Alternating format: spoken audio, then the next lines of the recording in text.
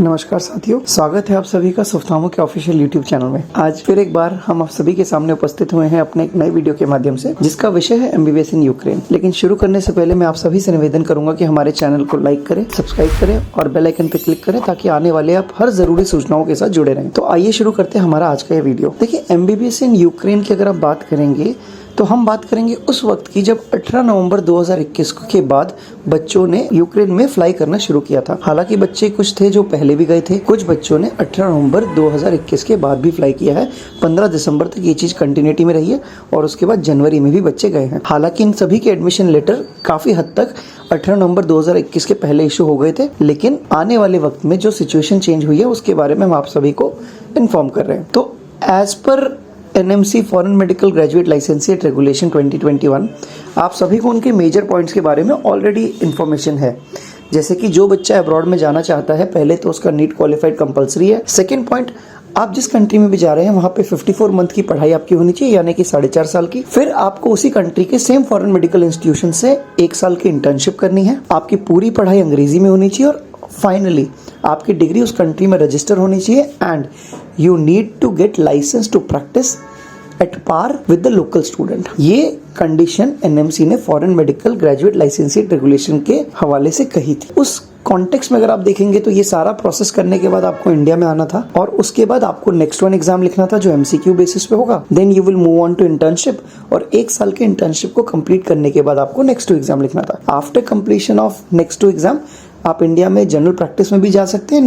You can go for post graduation admission. यहाँ तक होने के बाद सबको ये चीज सिनेरियो समझ में आ गया था और गवर्नमेंट ने इसके लिए नेक्स्ट के ड्राफ्ट में एक गाइडलाइन भी लिखी हुई कि आपको ये पूरा प्रोसेस जो है वो 10 साल के अंदर कंप्लीट करना है। हालांकि कंफ्यूजन ये भी चल रहा है कि इंडिया वालों के लिए 9 साल हो सकता है और अब्रॉड वालों के लिए 10 साल या फिर दोनों के लिए 9 साल या 10 साल।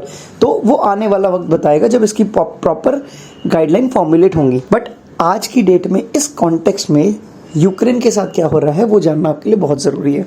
तो इसी कॉन्टेक्स्ट में हमारी टीम ने और हमने आरटीआई लगाई थी यूक्रेन में, जहां पे हमारी embassy of India in Kyiv है। और उस आरटीआई के रिस्पांस को अगर आप देखेंगे अपनी स्क्रीन के सामने तो आपको देखने को मिलेगा कि जो क्वेश्चंस पूछे गए थे उनके जवाब क्या है। जैसे फॉर एग्जाम्पल अगर हमने बात की कि एमबीबीएस कोर्स का ड्यूरेशन क्या है यूक्रेन में, सो इट इज 6 ईयर्स। क्या इस 6 ईयर्स के अंदर इंटर्नशिप इंक्लूडेड है?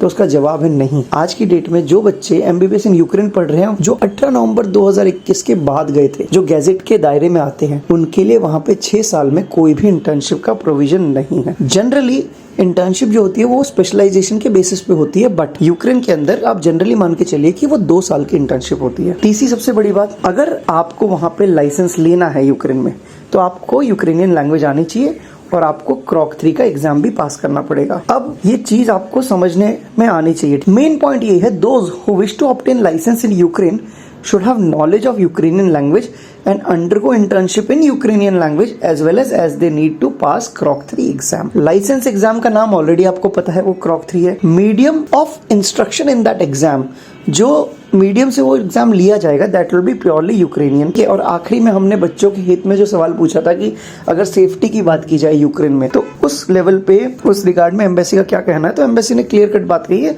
The situation in Ukraine is unpredictable. तो इन पूरे के पूरे जब आप सिस्टम को पढ़ते हैं इस पूरी आरटीआई के माध्यम से, हमें ये समझ में आता है कि 6 साल की वहां पे पहले तो पढ़ाई है जिसमें कोई भी इंटर्नशिप इंक्लूडेड नहीं है। देन 2 साल की इंटर्नशिप आपको वहां पे करनी पड़ेगी क्योंकि वो उस कंट्री का लॉ है। और तीसरे लेवल पे आपको वहां पे क्रॉक 3 देना पड़ेगा। तो 6+2 and then there will be क्रॉक 3 एग्जाम, जिसमें आप लगा लीजिए 2 महीना, 4 महीना, 6 महीना कुछ लग सकता है।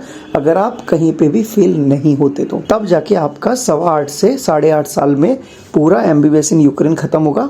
फिर आप इंडिया में आएंगे, नेक्स्ट वन का एग्जाम लिखेंगे, देन पास करने के बाद आप इंटर्नशिप में जाएंगे और फिर आप नेक्स्ट 2 का एग्जाम लिखेंगे।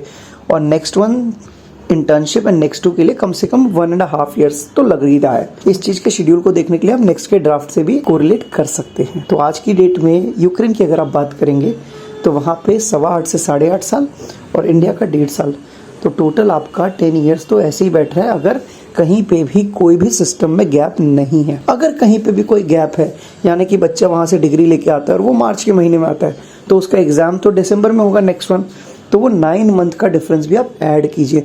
तो जो 18 महीने यानी कि 1.5 साल हो रहा था वो अब जाके उसी कॉन्टेक्स्ट में 27 मंथ का हो जाएगा, which is almost equal to 2 year 3 months.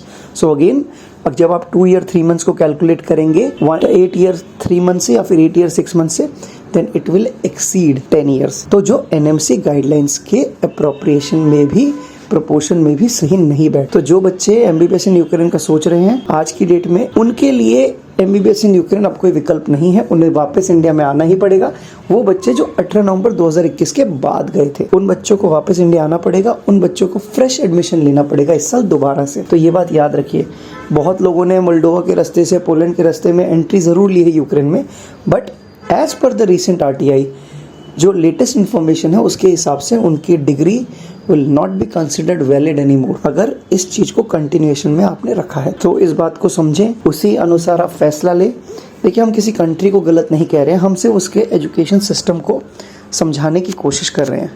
Final decision जो होता है वो पेरेंट्स का होता है, स्टूडेंट्स का होता है, but they should be aware of all the reasons, ताकि वो गलत स्टेप ना ले। Thank you so much guys for listening to our video. इसी रेफरेंस में अगर आपका कोई भी डाउट है तो आप दिए गए स्क्रीन के नंबर पे कांटेक्ट भी कर सकते हैं, और हमारे जो रेगुलर वेबिनार्स हैं उनको भी आप ज्वाइन करके एक लीगल इन्फॉर्मेशन के पर्सपेक्टिव को भी समझ सकते हैं। बहुत बहुत धन्यवाद हमें वक्त देने के लिए, हमारे चैनल के साथ जुड़े रहने के लिए, और आपकी अच्छी सेहत की शुभकामनाओं के साथ हम इस वीडियो को समाप्त करते हैं।